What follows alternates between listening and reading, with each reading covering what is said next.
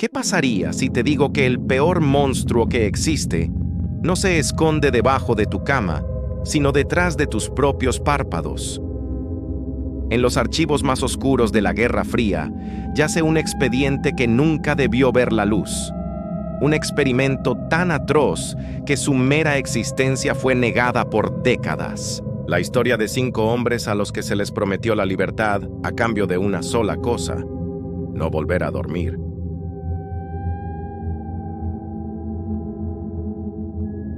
Finales de la década de 1940. El mundo se dividía en dos, y en las sombras de esta división, la ciencia se convirtió en un arma más. En un búnker anónimo, en algún lugar de la vasta Unión Soviética, un grupo de investigadores militares se embarcó en un proyecto revolucionario, o quizás infernal. El objetivo: crear el soldado perfecto. Un soldado que no necesitara descanso, inmune a la fatiga, capaz de operar durante días, semanas, indefinidamente. Para ello, desarrollaron un gas estimulante experimental basado en la nicolaevita, un compuesto diseñado para inhibir los receptores del sueño en el cerebro. La teoría era simple. Si el cuerpo no recibía la señal de que necesitaba dormir, simplemente no lo haría. Pero toda teoría necesita una prueba, y para ello necesitaban conejillos de indias humanos. Encontraron a sus sujetos en las profundidades de los gulags. 5 prisioneros políticos considerados desechables. Se les hizo una oferta que no podían rechazar: participar en un estudio de 30 días y si sobrevivían serían liberados. Para hombres que enfrentaban una vida de trabajos forzados, era un destello de esperanza en una oscuridad absoluta. Aceptaron. Fueron encerrados en una cámara sellada. Un microcosmos autosuficiente con libros, comida para un mes, un baño y catres. Su único contacto con el exterior era a través de micrófonos y un grueso ojo de buey de 5 pulgadas de grosor.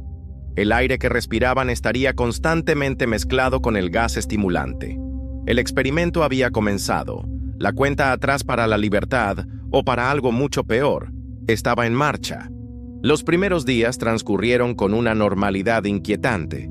Los sujetos, liberados de la fatiga, hablaban entre ellos, recordaban sus vidas pasadas, sus familias, sus crímenes. Los investigadores, al otro lado del cristal, anotaban cada palabra, satisfechos. El gas parecía funcionar, pero alrededor del 5.º día, algo cambió. Las conversaciones cesaron. Los sujetos comenzaron a mostrar signos de paranoia severa.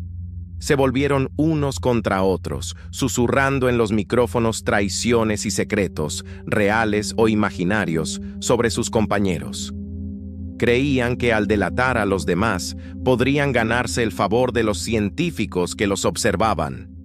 La cohesión del grupo se desintegró, reemplazada por un veneno de desconfianza.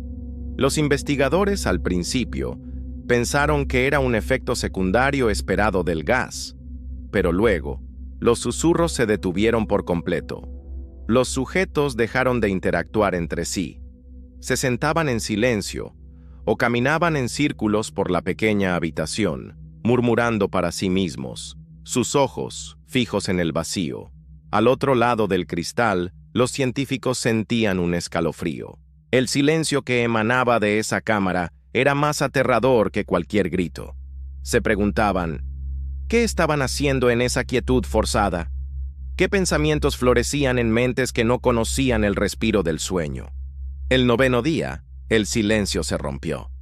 Uno de los sujetos comenzó a correr de un lado a otro de la cámara, gritando a pleno pulmón durante horas. Un grito gutural, animal, que parecía arrancado de lo más profundo de su ser. Corrió hasta que sus cuerdas vocales se desgarraron y sus gritos se convirtieron en chillidos roncos e intermitentes. Sorprendentemente, los otros no reaccionaron. Simplemente continuaron su deambular silencioso. Luego otro comenzó a gritar, y otro. Pronto, la cámara se convirtió en una cacofonía de locura. Arrancaron las páginas de los libros, las mezclaron con sus propios excrementos y las pegaron metódicamente sobre el ojo de buey, sellando su mundo del nuestro. Y entonces, tan repentinamente como empezaron, los gritos cesaron. El silencio regresó. Un silencio absoluto.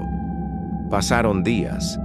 3 largos días de silencio total. Los investigadores revisaban los micrófonos. Funcionaban. Revisaban los niveles de oxígeno.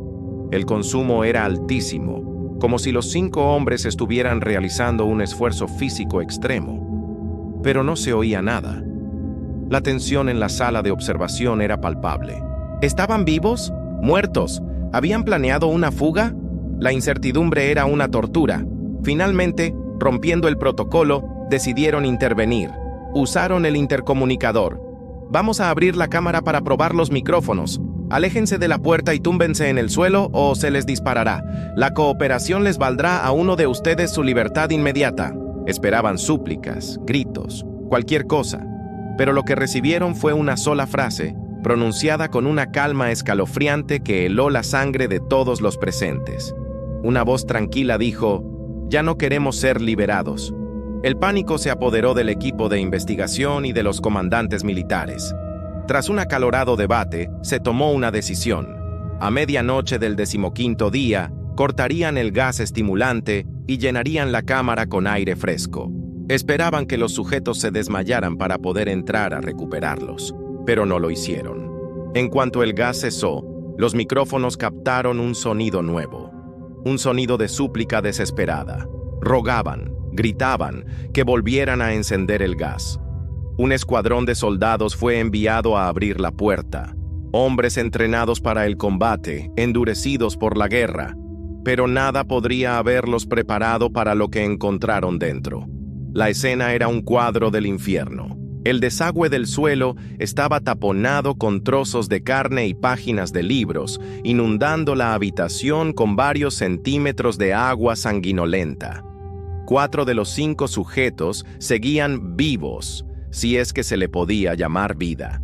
Se habían infligido heridas que parecían imposibles de sobrevivir.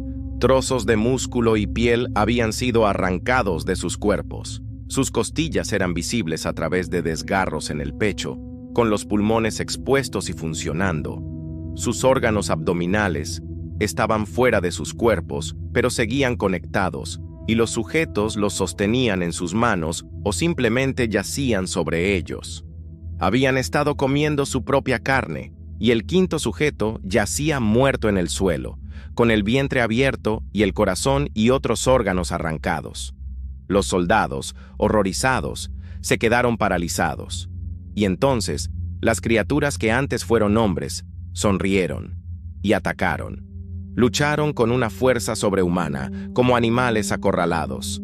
Uno de ellos le arrancó la garganta a un soldado con los dientes. Otro fue apuñalado, y mientras se desangraba, solo reía.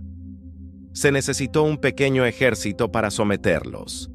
Cuando intentaron sedarlos, descubrieron otra verdad aterradora. Eran inmunes a dosis masivas de morfina. Y mientras luchaban contra las drogas, contra la restricción, contra el sueño que sus cuerpos anhelaban, gritaban una y otra vez la misma cosa: «¡Más gas! ¡Debo permanecer despierto!». Solo uno de los sujetos pudo ser operado para intentar reintroducir sus órganos. Se negó a ser anestesiado. Mientras el cirujano trabajaba en su cuerpo destrozado, el sujeto miraba al médico y sonreía. Una sonrisa que no pertenecía a este mundo. Cuando las enfermeras expresaron su terror, el cirujano preguntó por qué sonreía. El sujeto, con la voz rota, simplemente dijo: «Debo permanecer despierto». El comandante al cargo del experimento, aterrorizado por lo que había desatado, ordenó que el último sujeto superviviente fuera encerrado de nuevo en la cámara con los investigadores. Uno de los científicos, en un acto de desesperación y quizás de locura, sacó su pistola, apuntó al comandante y gritó: «¡No me encerrarán con esa cosa!». Luego se giró y le disparó al sujeto en el corazón. Con su último aliento, la criatura en la camilla se desplomó. Pero antes, miró fijamente al científico y susurró unas últimas palabras: Unas palabras que han resonado como un eco maldito a través de la historia no contada. Entonces, casi libres. La historia oficial dice que el proyecto fue un fracaso y todos los registros fueron destruidos. Pero la leyenda persiste. Algunos dicen que el científico que sobrevivió dejó una nota, una confesión final antes de quitarse la vida. En ella, revelaba lo que el último sujeto le había dicho antes de morir. No le preguntó por su libertad, sino por su identidad. Le preguntó, ¿qué eres? Y el monstruo, con una claridad terrorífica, le respondió, ¿lo has olvidado tan fácilmente? Somos ustedes. Somos la locura que se esconde dentro de todos ustedes, rogando por ser liberada en cada momento de su existencia animal más profunda. Somos aquello de lo que se esconden en sus camas cada noche. Somos aquello que sedan con el sueño y el silencio, y que encierran en la jaula de su propia mente. La historia del experimento ruso del sueño es una de las leyendas más oscuras de Internet. Un creepypasta que, real o no, toca una fibra muy profunda en nuestra psique.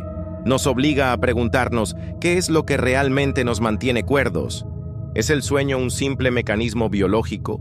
¿O es la barrera que nos protege de la oscuridad que todos llevamos dentro? Este canal, Leyendas Mundiales, ha nacido para explorar precisamente eso, para abrir los expedientes prohibidos, para descender a las madrigueras de conejo de la historia, la ciencia y lo paranormal. Lo que acabas de ver es solo el comienzo. Si te fascinan los misterios que desafían la lógica, si crees que hay verdades ocultas esperando ser descubiertas, entonces este es tu lugar. Suscríbete y activa la campana para que no te pierdas nuestro próximo viaje a lo desconocido.